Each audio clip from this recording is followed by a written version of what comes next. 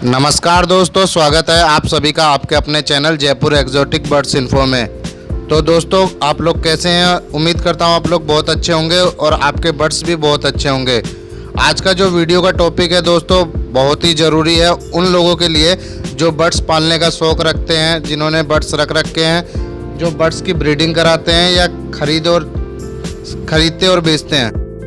तो दोस्तों, हाल ही में अखबारों में एक खबर आई थी कि आप बिना सरकार को बताए अब एक्जोटिक बर्ड्स पशु पक्षी नहीं रख सकते। सरकार ने एक एडवाइजरी जारी करी जिसमें लिखा था वन विभाग को बिना सूचना दिए अब हम नहीं पाल सकेंगे विदेशी प्रजाति के पशु पक्षी।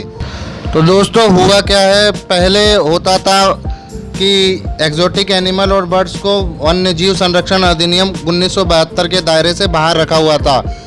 इसका मतलब ये है दोस्तों कि जो भी वन्य जीव ऐसे थे जो 1972 के दायरे के बाहर होते थे, उस पर सरकार का नियम नहीं चलता था, मतलब आप उसे अपने घर पे रख सकते थे। लेकिन अब एक्जोटिक एनिमल भारतीय नहीं होने की वजह से उनको वन्य जीव संरक्षण अधिनियम 1972 के दायरे से बाहर रखा हुआ था। लेकिन अब इन विदेशी प्रजाति के जीवों का लेखा जोखा भी वन विभाग, फॉरेस्ट डिपार्टमेंट अपने पास रखेगा। ऐसे जीवों की आधिकारिक तौर पर घोषणा के लिए वन विभाग ने हम सभी को फ्रेंड्स 6 महीने का समय दिया है। अब दोस्तों, हुआ यह है कि इनकी क्या शर्तें हैं, कैसे हैं, ये भी मैं आपको थोड़ा डिटेल में बता देता हूँ।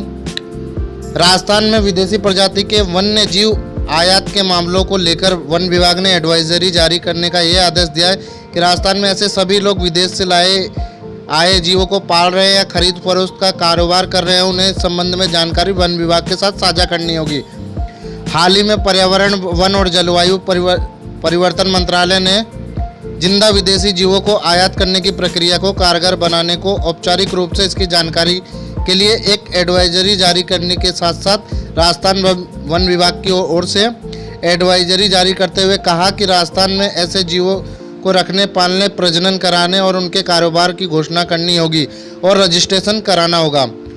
वन विभाग के लिए इसके लिए एक फॉर्मेट जारी किया है जिसके मुताबिक इसके लिए राज्य के मुख्य वन जीव प्रतिपालक की अनुमति अनिवार्य कर दी गई है। प्रदेश में बहुत से लोग ऐसे जीवों को पालना पसंद करते हैं जो विदेश से लाए हैं। इसमें ज़्यादातर विदेशी नस्ल के पक्षी होते हैं, जिनमें दोस्तों सबसे ऊपर है लोबर्ट्स, मकाऊ तोते, अफ्रीकन तोते, चूहे, विदेशी कछुए, विदेशी छिपकलियाँ समेत अनेकों सैकड़ों प्रजाति के जीवों को आजकल कारोबार किया जाता है और उन्हें पालतू बनाकर रखा जाता है। अब तक सरकार के पास दोस्तों इसका कोई रिकॉर्ड नहीं था, लेकिन अब सरकार इस पे रिकॉर्ड भी रखेगी अपने पास। अब दोस्तों, बात आती है सरकार ने ये फैसला क्यों लिया है। सरकार की इस पूरी कवायद का मकसद ये है जानना है कि भारत में कितने और किन किन प्रजातियों के विदेशी पशु पक्षी हैं। इनके अलावा सूत्रों की माने तो पूरी कवायद के पीछे इसे रेगुलेट करने की सरकार की मंशा है। इसके लिए भारत सरकार ने एक वेबसाइट www.parivesh.com लॉन्च किया है। जिन लोगों को अपने घरों में शौकिया विदेशी पशु पक्षी रखा है, उन्हें पूरी जानकारी इस वेबसाइट पर अपलोड करनी होगी। इसके लिए 6 महीने का समय दिया गया है। कौन कौन सी और कितनी जानकारी देनी है, इसके लिए बहुत घबराने की बात नहीं है। वेबसाइट पर यूज़र मैनुअल भी मौजूद है।